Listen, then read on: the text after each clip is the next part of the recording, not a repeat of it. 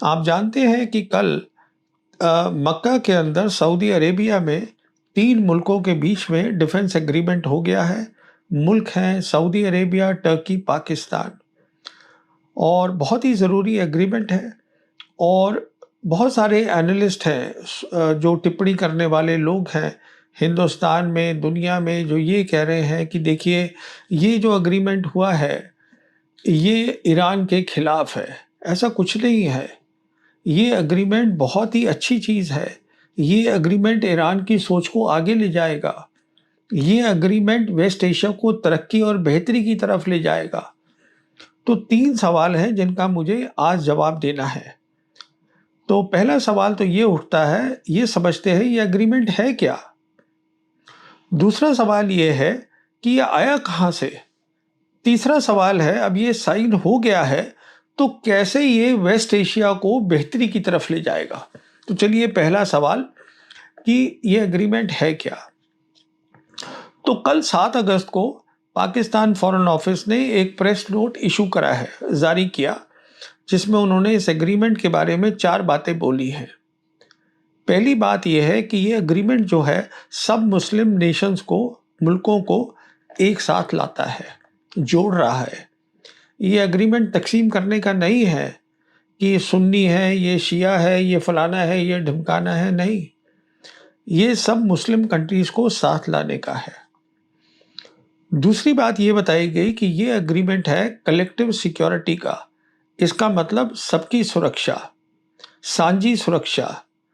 इसका मतलब आप ऐसा ना करें सुरक्षा के बारे में जिससे कि आप सोचें मेरा फ़ायदा हो और दूसरे का फ़ायदा ना हो।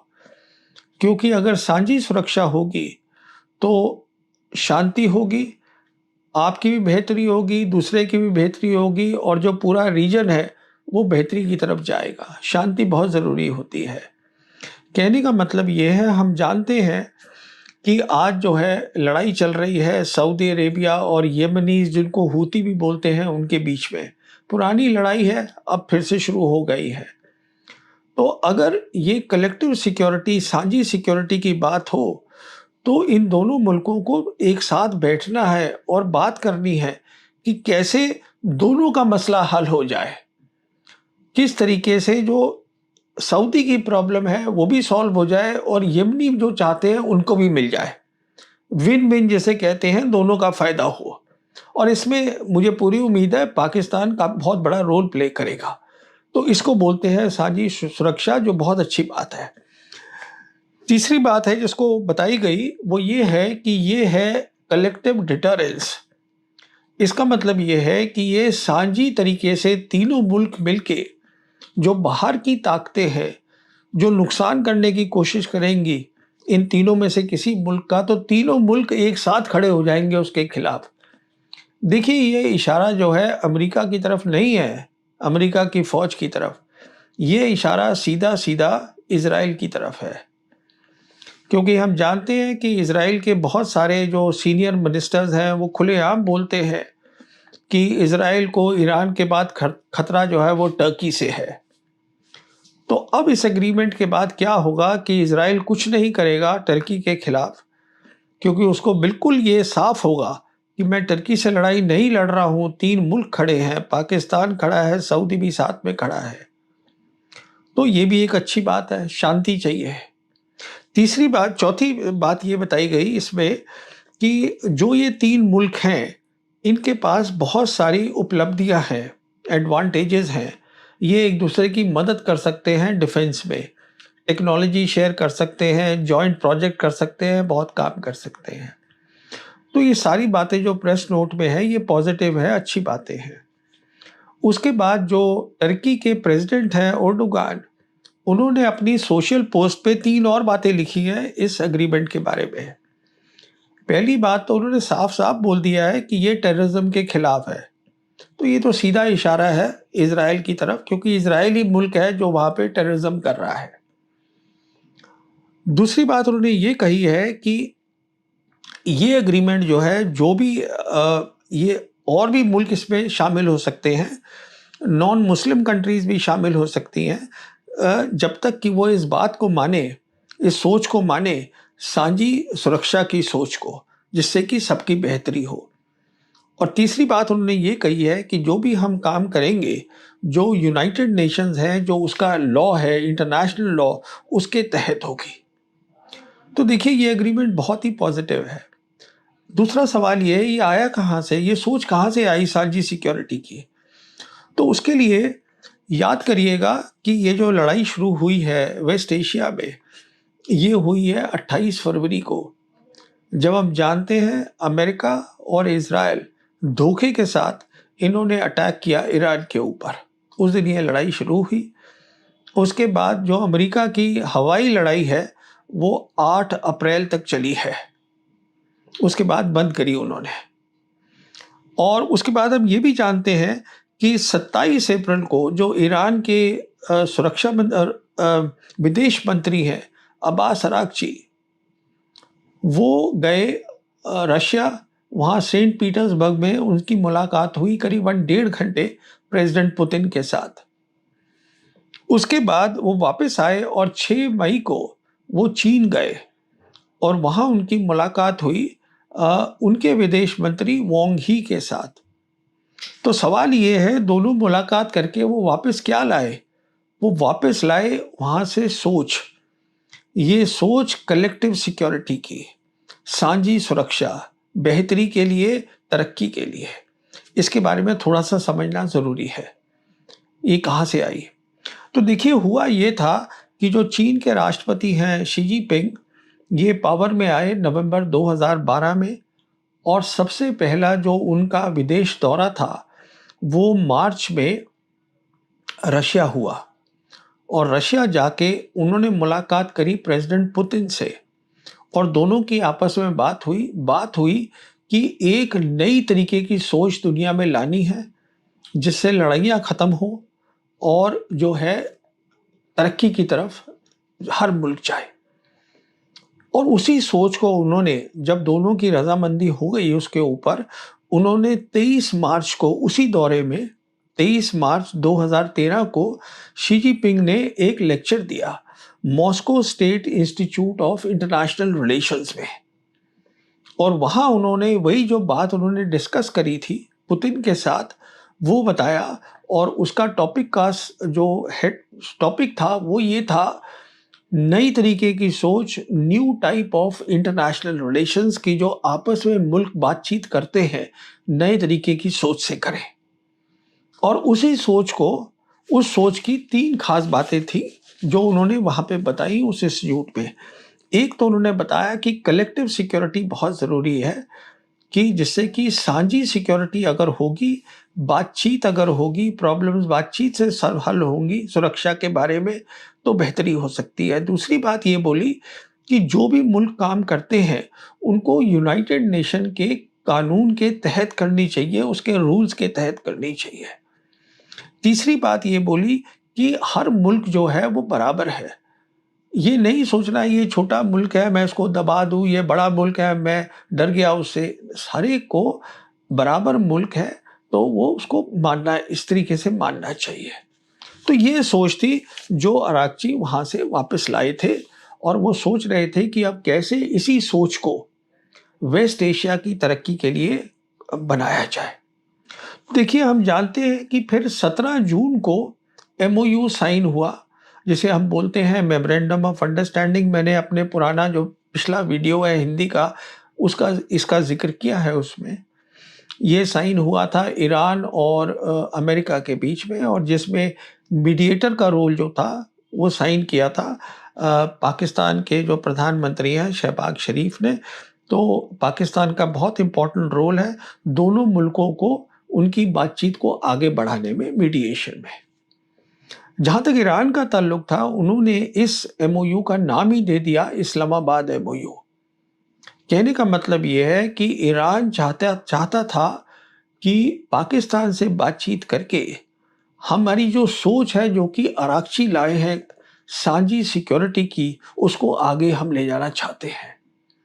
और यही कारण है कि 23 जून को ईरान के जो राष्ट्रपति हैं पेजेश्कियन, ये गए थे स्टेट विजिट पर पाकिस्तान, जहां उनका एयरपोर्ट पे ही स्वागत किया पाकिस्तान के राष्ट्रपति जरदारी और प्रधानमंत्री शहबाज शरीफ ने।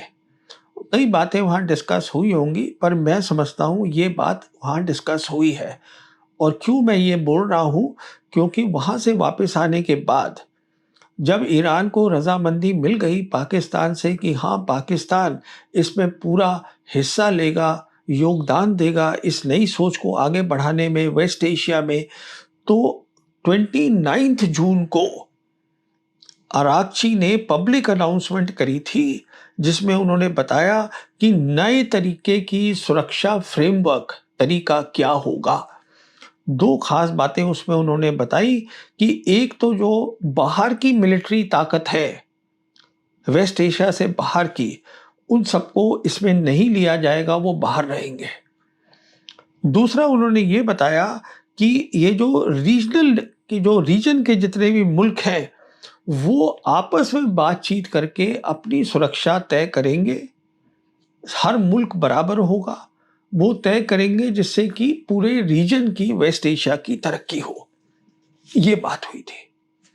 उसके बाद क्योंकि जिम्मेदारी मिल गई थी पाकिस्तान को बहुत बड़ी, और पाकिस्तान ने ये ली थी जिम्मेदारी, हम जानते हैं कि 13 जुलाई को पाकिस्तान के army chief field marshal Asim Munir ये खास दौरे पे 2 दिन के टर्की गए थे, और वहाँ एयरपोर्ट पे ही इनको रिसीव किया था जो टर्की के प्रेसिडेंट हैं एर्डोगान ने, और इनकी बातचीत हुई थी एर्डोगान और उनके मिलिट्री के जो आला कमांडर्स हैं, टॉप कमांडर्स हैं, उनके साथ।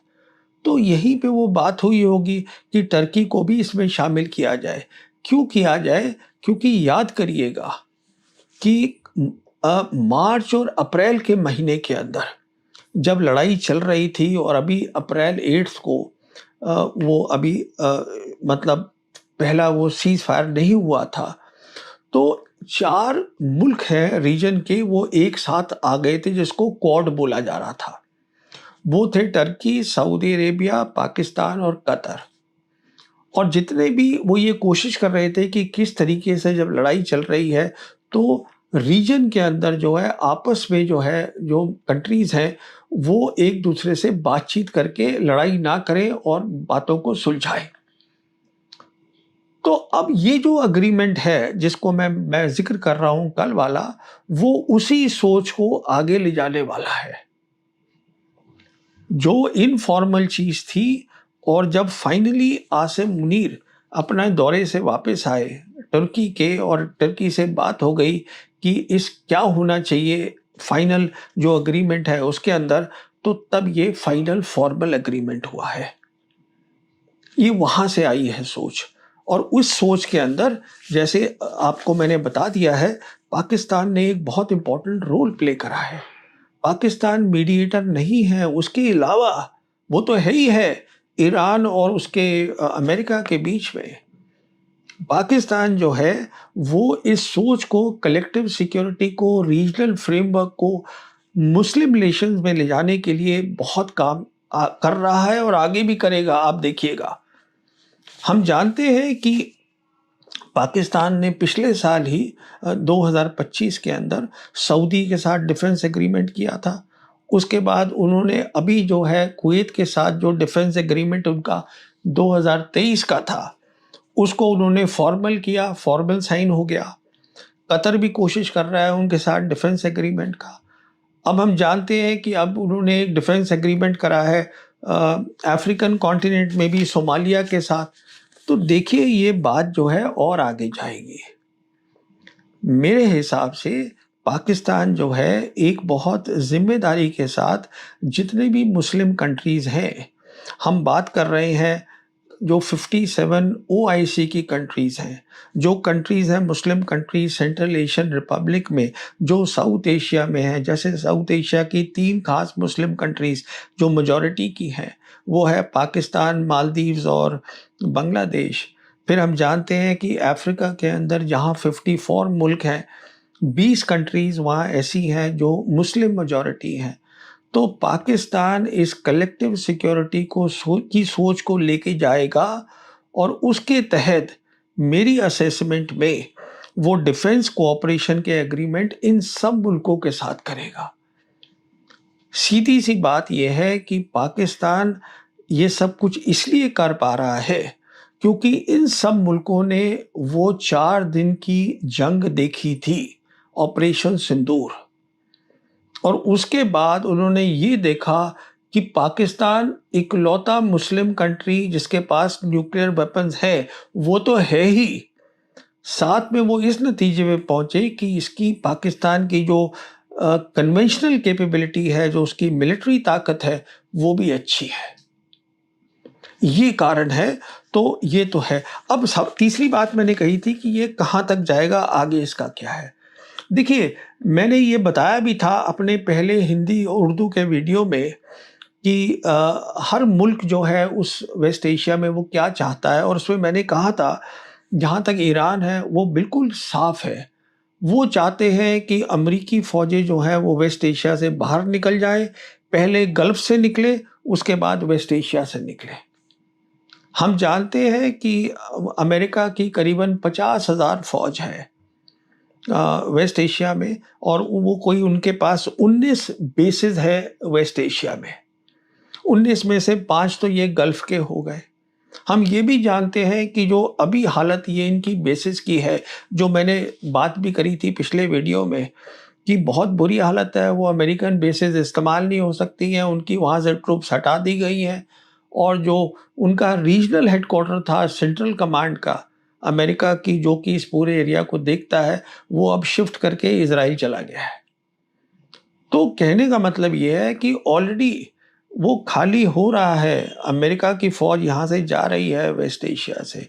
तो ये जो बातचीत एग्रीमेंट हो रही है, ये उसके बाद की बात है, और उसकी बाद की बात सबसे अहम ये है, आप ये भी जानते हैं कि जो इज़राइल है, उसने अपनी जो ड्रीम है, सोच है कि मैं ग्रेटर इज़राइल बनाऊँगा, उसको नहीं छोड़ा है। वो अभी भी लड़ाई करना चाहता है, इज़राइल।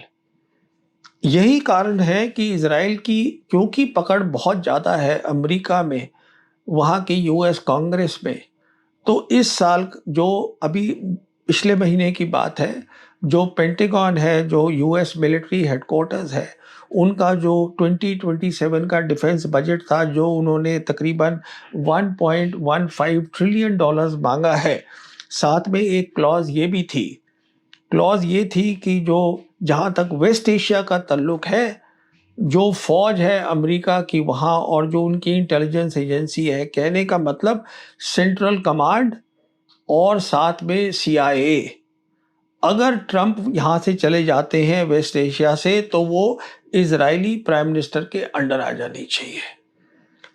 अभी ये लॉ नहीं बना है, पर उम्मीद करी जा रही है कि इज़राइल जो है वो कामयाब हो जाएगा इसमें, क्योंकि इज़राइल लॉबी बहुत स्ट्रांग है अमेरिका के अंदर।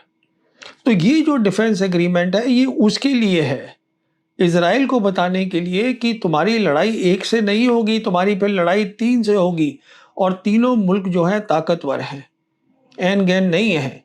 तो देखिए, ये इसका फ्यूचर है कि किस तरीके से वो सोच जो 2013 में चीन और रशिया ने मिलकर बनाई थी, उस सोच को आज ईरान जो है वो वेस्ट एशिया में डिफेंस एग्रीमेंट के थ्रू